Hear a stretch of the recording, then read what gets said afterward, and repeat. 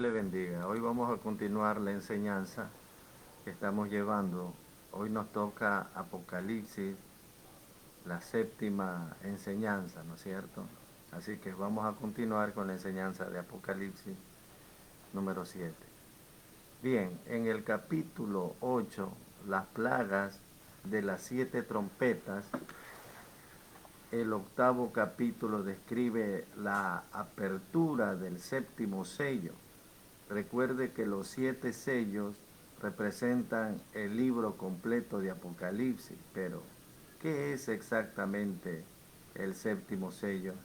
A medida que es abierto, 7 ángeles están en pie delante de Dios y reciben las 7 trompetas. Un ángel diferente tomó un incienso y lo llenó del fuego del altar y lo arrojó a la tierra. Y hubo truenos, voces y relámpagos y terremotos, según el versículo 5. Ese terremoto representa el comienzo de la plaga de las 7 trompetas, que comienza el cumplimiento del séptimo sello y del día del Señor. En Apocalipsis capítulo 8, del 1 al 2, muestra que el séptimo sello es lo mismo que las 7 trompetas. Cuando abrió el séptimo sello, se hizo silencio en el cielo como por media hora, y vi a los 7 ángeles que estaban en pie ante Dios, y se le dieron 7 trompetas. Entienda ahora, este versículo prueba que todas las 7 sellos no son lo mismo que o iguales a todas las 7 trompetas. Es crítico reconocer esto y es otra gran clave para entender la revelación. Ahora haga esta distinción importante. El séptimo sello es todas las 7 trompetas. La séptima trompeta es toda la última plaga o copa. Esto es confuso para casi todo, porque la mayoría cree que las 7 trompetas y las últimas 7 plagas son sinónimos. Además, las 7 trompetas no siguen al séptimo sello. Ellas son el séptimo sello. Al simplemente leer con más cuidado, se elimina el error. Las 7 trompetas representan 7 etapas. En Apocalipsis 9:20 las llama plagas, pero estas no son las 7 últimas plagas o copas, como veremos a continuación. Recuerde que los 4 vientos comprenden las primeras 4 plagas de las trompetas. Según el libro de Apocalipsis 8, del 3 al 12, revela que está soplando sobre la tierra, los árboles, los ríos, el mar, como una tercera parte del sol, la luna, las estrellas afectadas y oscurecerán. El espacio nos prohíbe explicar en detalle el significado pleno del asombroso efecto de estos grandes vientos. Varios lugares en el Antiguo Testamento muestran que antiguamente una trompeta era tocada siempre como una alarma de guerra, según el libro de Números, capítulo 10, versículo 9, Jeremías 4, 19, Ezequiel 3, 33, del 2 al 6. Cuando eran escuchadas esta señal, ejércitos que se aproximaban y el comienzo de la batalla de Israel, Judá siempre iba a la guerra con el sonido de las trompetas. La quinta y la séptima trompeta claramente representan guerra en 2 etapas. Tome nota de otros puntos importantes. Las últimas trompetas, la quinta, sexta y séptima, son sinónimos con los 3 ayes que está en el libro de Apocalipsis 8:13. El diagrama a la mitad de esta palabra del Señor lo podemos confirmar. El mundo ama la guerra y la práctica lo han hecho desde hace 6.000 años, y el hombre siempre ha perseguido la guerra bajo sus propios términos. Cuando Dios va a la guerra contra el mundo, Él está escogiendo hablar en lengua que los hombres entiendan. Y esta vez Él controla los términos. No obstante, esta es también su manera de suplicarle a la humanidad que despierte. Estas 7 plagas de una trompeta son un castigo verdaderamente atemorizante y horrendo de parte de Dios para aquellos que se mantengan sin responder y en su desobediencia. Y los otros hombres que no fueron muertos con estas plagas, las 7 trompetas, ni aún así se arrepintieron de las obras de sus manos, ni dejaron de adorar a los demonios y a las imágenes de oro, de plata, de bronce, de piedra, de madera, las cuales no pueden ver, ni oír, ni andar, según el libro de Apocalipsis 9:20. Obviamente, muchos continúan sin responder después de estas plagas y continúan sirviendo a miles de dioses falsos que se adoran alrededor del mundo. En el capítulo 9, los 3 ayes, ¿no es cierto?, lo podemos ver, corresponden completamente a los primeros 2 de los 3 ayes, la quinta y la sexta trompeta. En el versículo del 1 al 11, la quinta trompeta o el primer ay es descrita como un gran poder que surge de lo que la Biblia llama el pozo del abismo. Este, por supuesto, es un símbolo y no un pozo real. En algún lugar en la tierra, según el libro de Apocalipsis 17, del 8 al 14, lo interpreta el antiguo imperio romano con sus 7 resurrecciones separadas o cabezas. Emerge de este pozo una última vez la sexta cabeza, el resurgimiento por Mussolini de este sistema romano fue pequeño y relativamente insignificante.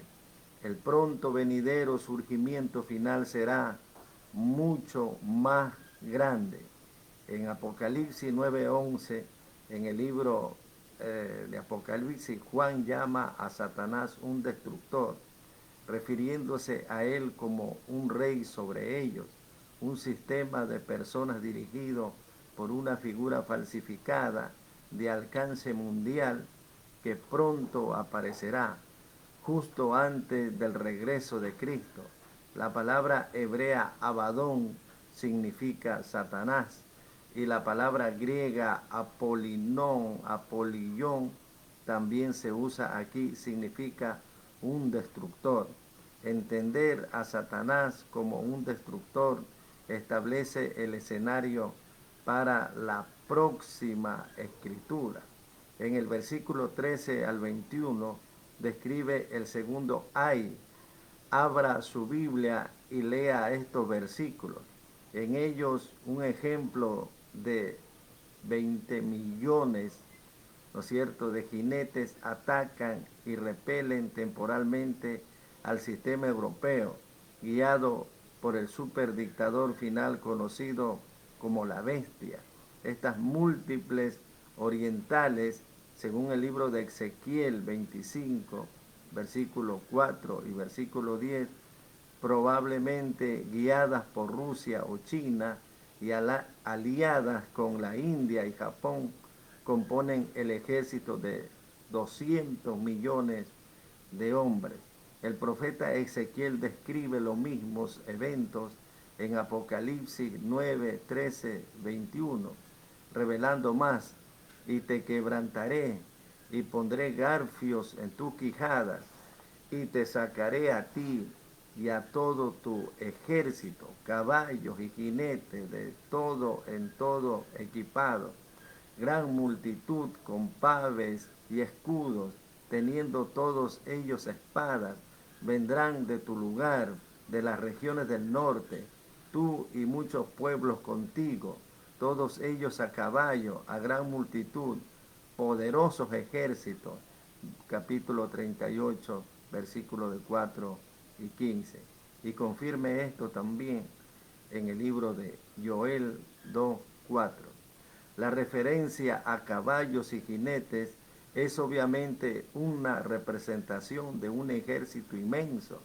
Si 200 millones es ciertamente un poderoso ejército, con toda probabilidad este es un ataque por las hordas o los ejércitos rusos y del norte de Asia contra lo que es llamado la bestia y Babilonia, según en el libro de Apocalipsis 17 y 18 capítulos. Jeremías 50 y 51, los capítulos, e Isaías 13, 14 y 47 y 48 capítulos, describe a este sistema venidero y su destrucción. Las fuerzas sobre la tierra se están formando aún ahora para que puedan entrar en juego el monte precioso dentro del plan de Dios. En el capítulo 10, el librito es casi completamente sobre un librito que está en la mano de un ángel poderoso. Este librito es dulce como la miel en la boca de Juan, pero amargo en su vientre. Esto es casi ciertamente una referencia al libro de Ezequiel, quizás en conjugación con los propios libros de Apocalipsis.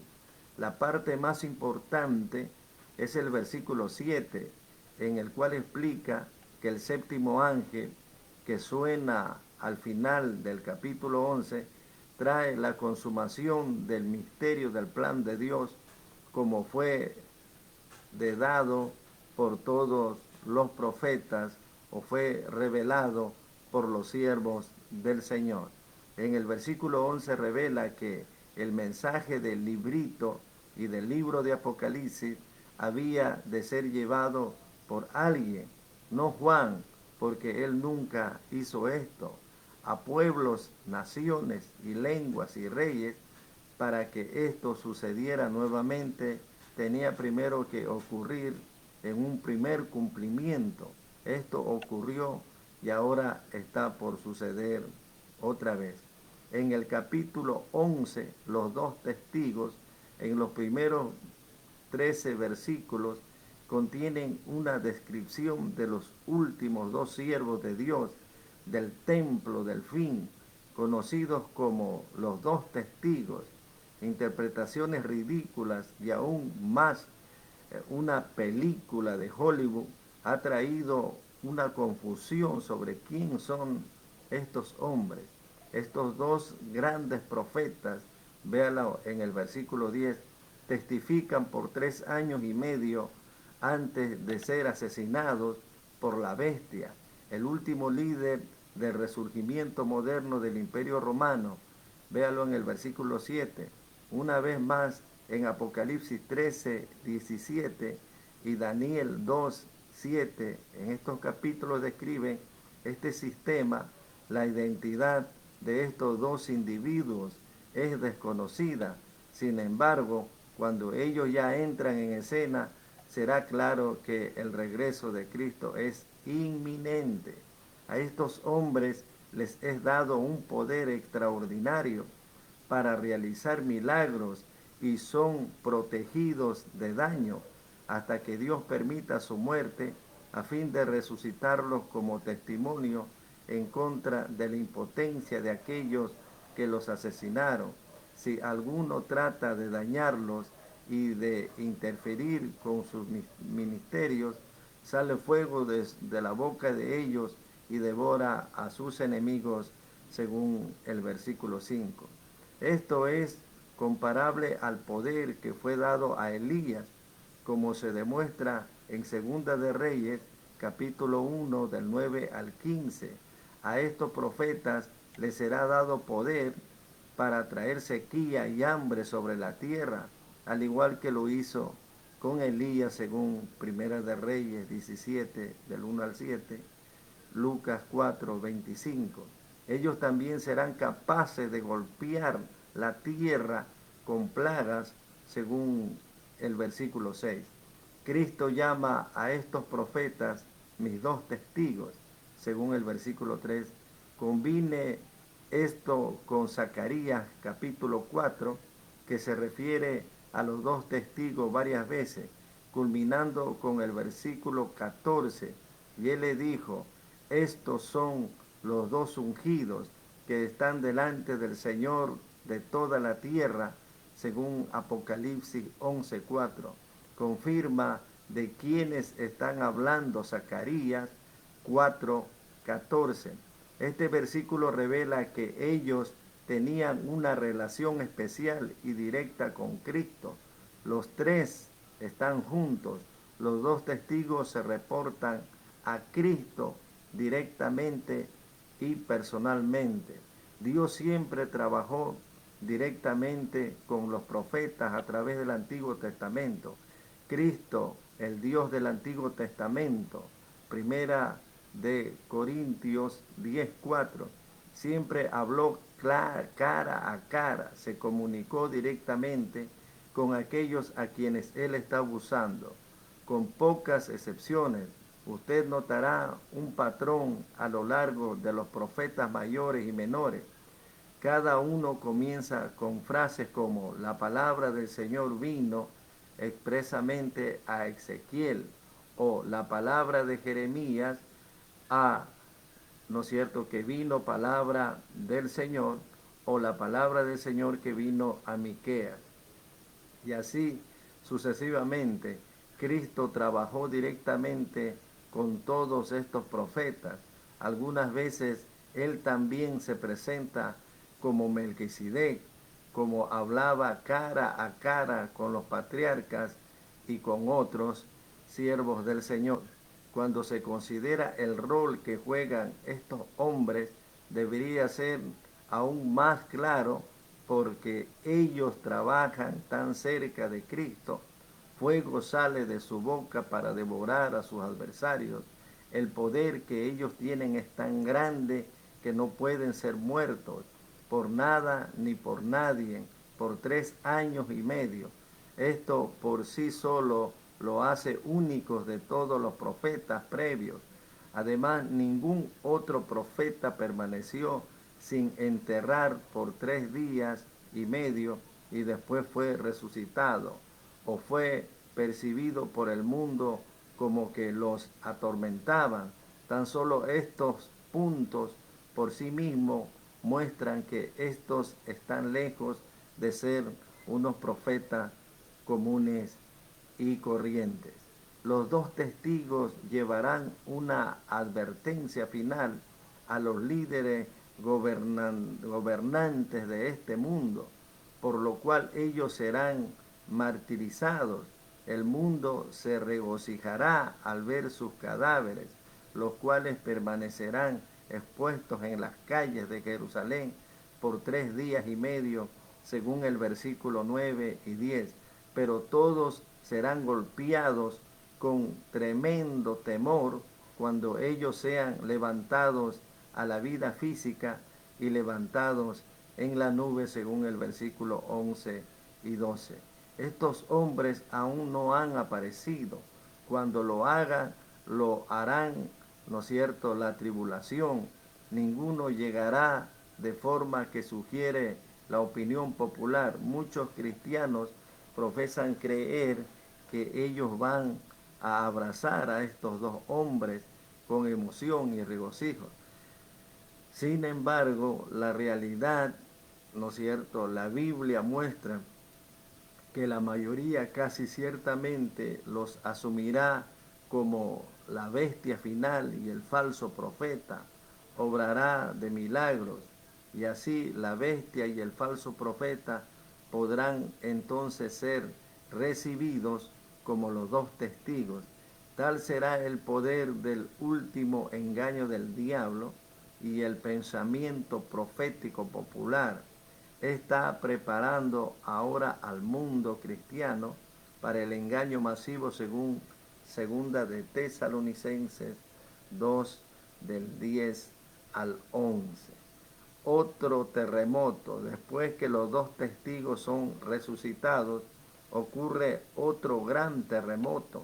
El tiempo de este terremoto es antes del tiempo de la séptima trompeta, el regreso de Cristo y la primera resurrección, según Primera de Corintios 15, 51 y Primera de Tesalonicenses 4, 16.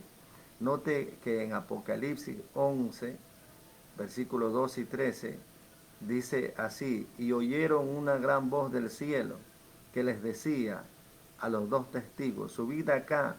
Y subieron al cielo una nube, y sus enemigos lo vieron. En aquella hora hubo un gran terremoto, y la 10ª parte de la ciudad, o sea, Jerusalén, se derrumbó, y por el terremoto murieron en número de 7,000 hombres, y los demás se aterrorizaron y dieron gloria a Dios del cielo. Este terremoto es particular, precede y anuncia el evento más importante de la historia de la humanidad, el regreso de Cristo. Sin duda, este terremoto es Dios puntualizando el fracaso del mundo para destruir permanentemente a estos siervos. También parece estar centrado principalmente en el área de Jerusalén, pero aún podría ser mundial en enlace. El terremoto no puede ser el mismo descrito en Zacarías 14:4, porque todas las naciones aún no se habrían congregado. La sexta trompeta para la batalla del gran día de Dios Todopoderoso, el tiempo de la última plaga o séptima copa, según el libro de Apocalipsis 16, del 17 hasta el 21. La séptima trompeta o el tercer ay. Recuerde, la séptima trompeta equivale al tercer ay, pero esto también son sinónimos con las 7 últimas plagas. El capítulo 11, del versículo 15 al 19, la describe junto con él. El 15, versículo 1, prueba la última declaración. Ahora note en el versículo 15, el séptimo ángel tocó la trompeta y hubo grandes voces en el cielo que decía: los reinos del mundo han venido a ser de nuestro Señor y de su Cristo, y Él reinará por los siglos de los siglos. Tanto en Primera de Corintios, capítulo 15, versículo 52, como en Primera de Tesalonicenses, capítulo 4, versículo 16, hablan de este momento. En estos versículos Pablo declara que Cristo viene a la trompeta de Dios y a la final trompeta, según el libro de San Mateo 24, 31. Habla del mismo evento usado, una gran voz de trompeta. Todas estas son referencias a la séptima trompeta.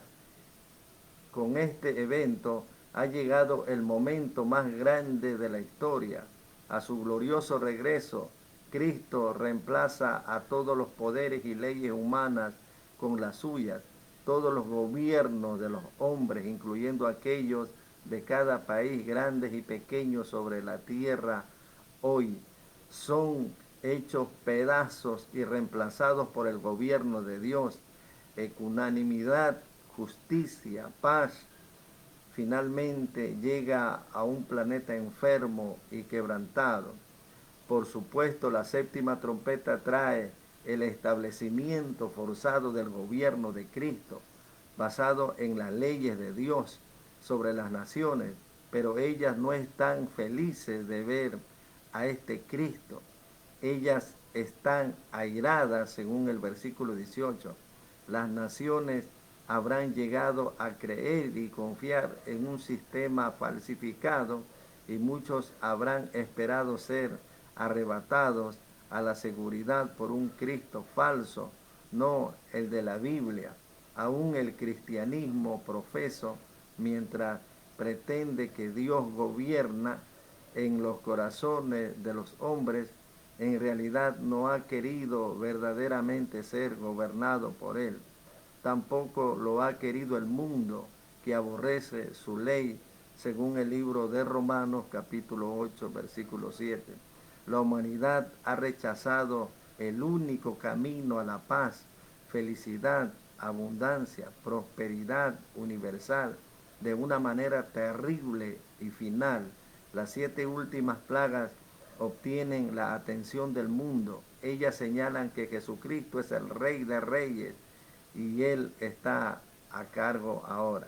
Él quiere que el mundo sepa que Él está próximo a salvar a la humanidad de sí misma. Y otro terremoto, este terremoto ocurre después que ha sonado la 7ª trompeta, según el libro de Apocalipsis 15, versículo 15, Apocalipsis capítulo 11, versículo 15. Este es el tiempo de la segunda venida de Cristo. Y hubo grandes voces en el cielo que decían: los reinos del mundo han venido a ser de nuestro Señor y de su Cristo, y Él reinará por los siglos de los siglos. En el versículo 19 dice: y el templo de Dios fue abierto en el cielo, y el arca de su pacto se veía en el templo, y hubo relámpagos, voces, truenos, un terremoto y gran granizo. Este terremoto ocurrió inmediatamente después del retorno de Cristo y de la primera resurrección, y puntualiza el cumplimiento de estos eventos. El retorno de Cristo hace posible el cumplimiento de todas las profecías maravillosas que la Biblia predice que sucederán sobre la tierra. Este evento central es el más crucial en toda la historia. Los terremotos antes y después de este subrayan su trascendental importancia en el plan de Dios. Ningún otro evento lleva tal distinción. Este terremoto resulta también por la propia presencia de Cristo, gobernando ahora en gloria. La tierra literalmente se estremece de felicidad junto con la creación entera. Brama el mar y su plenitud, el mundo y los que en ellos habitan. Los ríos batan las manos, los montes todos hagan regocijo delante del Eterno, porque vino a juzgar la tierra, juzgará al mundo con justicia y a los pueblos con rectitud, según nos enseñan las Sagradas Escrituras en el libro de los Salmos 98, del 7 al 8. Como en el 7º sello, la 7ª trompeta está dividido en 7 partes, estas partes son llamadas las 7 últimas plagas y estas consumen, según el libro de Apocalipsis 15:1, completan la ira de Dios. En el capítulo 14 del versículo 10 revela que las últimas plagas son vaciadas puras delante de los santos ángeles y del Cordero.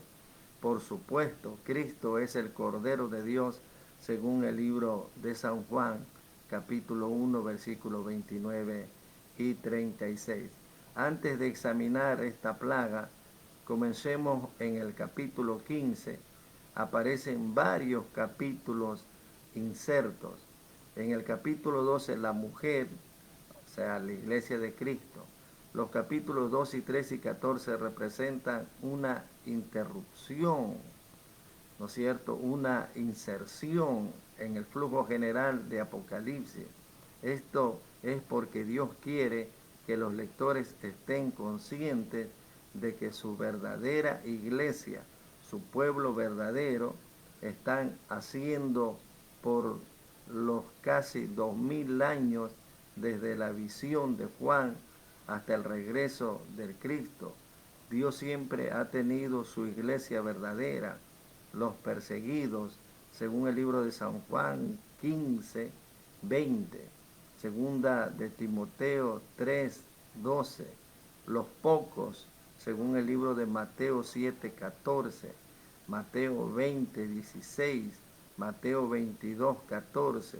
Su manada pequeña, según el libro de San Lucas 12, 32, que gobernarán con Cristo para la gloria del Señor, según el libro de Apocalipsis 2, 26 y Apocalipsis 3, 21. Hasta ahí nos vamos a quedar en esta enseñanza por el día de hoy. Amén.